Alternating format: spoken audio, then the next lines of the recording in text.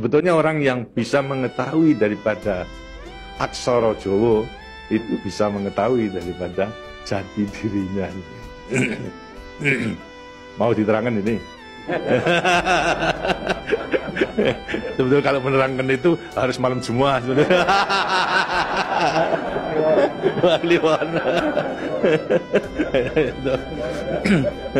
Dan itu namanya ilmu dari nenek moyang kita dalam rangka menjabarkan mengenai Pancasila, Eka Prasida Pancakarsa. Sebetulnya falsafah daripada aksara Jawa.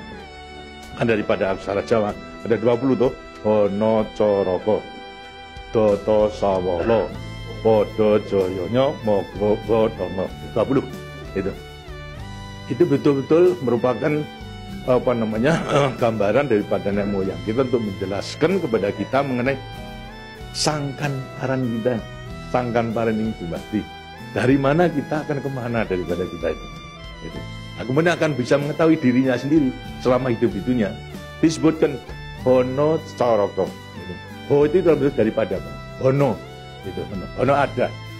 No itu daripada apa? Dari wujud daripada hono. Mulai daripada gono legeno. Gono itu belum wujud, belum berbentuk. Legono itu masih belum ada sandangan, masih utuh, Itu belum ada taling tarungnya dan sebagainya, masih belum sandangan. Terus hono. Jadi manusia itu memang dilahirkan, diciptakan oleh Tuhan mulai daripada hono hurib. Huribnya siapa? Nur daripada Tuhan. Lantas diciptakan oleh manusia terdiri pada tanah, kemudian air, lantas ini hawa dan juga api. Apa itu? Ya daripada semua tumbuh-tumbuhan yang ada ini. Tumbuh-tumbuhan ini kan butuhkan dari tanah, butuhkan daripada air, butuhkan daripada matahari, itu pula daripada hawa.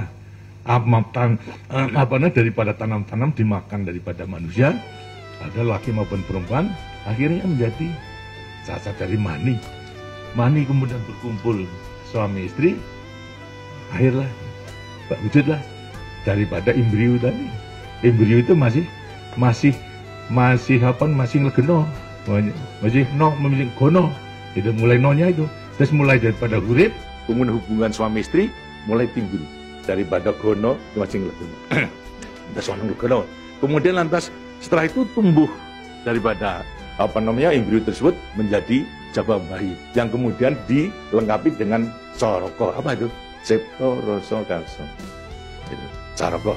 Daya cipta, daya rasa dan karsa. Semua ada. Setelah itu kemudian lantas apa? Doto Sawolo. Itu apa? Manusia itu setelah diberikan panca indera, diberikan sandangan panca indera cipta rasa karsa, juga diberikan sifat Tuhan, sifat zat kang datan sawolo, datan salah. Sifat dari yang tidak salah itu hanya Tuhan, ya. Kalau manusia ini salah, tapi kalau Tuhan itu tidak salah. Oleh karena semua manusia diberikan sama sifat daripada Tuhan yang tidak salah. Doto sawolo, datan sawolo, tidak pernah salah. Sifat daripada Tuhan. Tapi sebagai manusia juga tidak diberikan itu. Diberikan sifat yang bertentangan dengan sifat baik, sifat dari Tuhan. Yang jelek. Kalau kita misalnya sabar, kan juga punya hati berangasan. Ya. Nah, kemudian lantas kita jujur. Tempo-tempo juga penipu. Ya. Semuanya diberikan sifat. Itu sifat yang bertentangan dengan zat kang datan sawolo. Tahu sama kekuatannya. Dua sifat bertentangan yang sama kekuatannya. Ada pada kita itu kalau kita mengenal. Tinggal sekarang manusianya sendiri.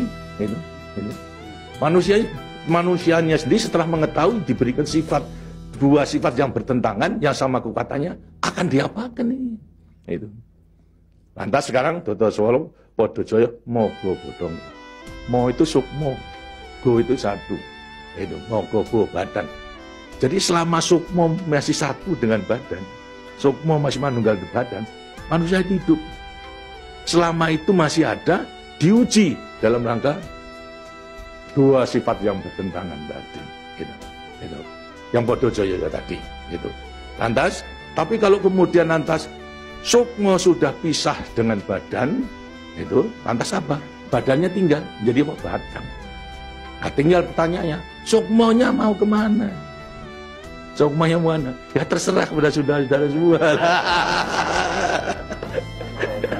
Mana-mana itu. Jadi semuanya tergantung pada dirinya. Semua diberi kelengkapan yang sama. Tuhan Maha Hadir, tapi tinggal kepada dirinya masing-masing dalam mengendalikan.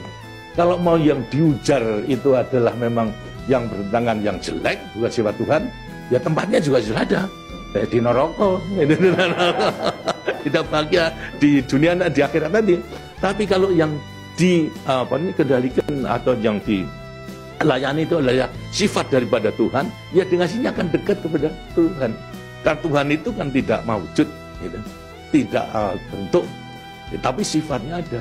Jadi kalau kita mau kembali dekat kepada Tuhan, ya membawa sifat yang baik itu, sifat Tuhan kepada Tuhan itu sebenarnya gampangnya daripada rahasia hidup itu sebetulnya hanya itu saja. Tapi tidak tergantung pada saya, tergantung pada saudara-saudara sendiri dalam rangka pengeterapannya itu. Gitu. Makanya itu coba pelajari daripada semua ini, daripada untuk mengendalikan dua sifat yang bertentangan tadi itu dengan dirinya agar supaya betul-betul bisa menepati. Kemudian di samping itu juga Tuhan itu memberikan suatu takdir kepada sifat kodrati daripada manusia. Apa sifat kodrati manusia? Manusia dilahirkan sebagai individu, ya toh? Kita masing-masing individu. Tapi kehidupan kita sejak mulai daripada adanya janin sampai pada mati tergantung pada orang banyak. Jadi kemudian dalam hidup kita di dunia itu hanya memenangkan kepentingan pribadinya sendiri. Lihat kan tidak adil. Tidak adil. Seharusnya memang menyadari bahwa sebagian besar daripada hidupnya tergantung kepada orang lain. Nah itu wajiblah sekarang memenuhi panggilan untuk ya bersama-sama dengan orang lain. Sebab hidup di dunia itu adalah bisa serasi. Jadi karena itu lantas sekarang namanya sifat kodrati daripada sifat yang monodualistis. Satu tapi kembar tetapi satu. Ialah sifat individu sama sebagai makhluk sosial. Nah, itu kuncinya daripada penghayatan, pengamalan daripada Pancasila. Gitu. Nah, demikianlah waktunya saya kira sudah.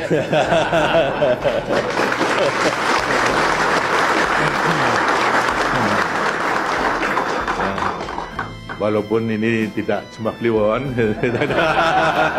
tapi minggu, karena itu sebagai peninggalan daripada ilmu, tadi peninggalan moyang kita, yang namakan juga ilmu kasunyatan sama sangkan paraning dumadi itu sebetulnya ilmu kebatinan dalam arti bukan klinik. Kebatinan dalam arti mendekatkan diri kepada Tuhan, kepada Tuhan. Dari orang mengatakan itu klinik, itu bukan. Yang klinik itu yang salah melaksanakannya, itu yang klinik itu. Tapi sebetulnya intinya adalah demikian. Nah, mudah-mudahan saudara-saudara akan bisa sekali lagi mengoreksi kepada diri sendiri. Artinya kasunyatan, lihat kenyataan pada dirimu sendiri. Itu. Bagaimana? Karena sudah mengetahui, baru nanti akan gampang untuk meletakkan semuanya. Terima kasih. Dan demikianlah daripada penjelasan. Karena itu setelah nanti selesai kembali ke tempatnya masing-masing, mudah-mudahan akan bisa melaksanakan tugasnya dengan sebaik-baiknya dalam kita melanjutkan pengabdian kita pada negara dan bangsa yang sedang membangun ini. Terima kasih. Wassalamualaikum warahmatullahi wabarakatuh.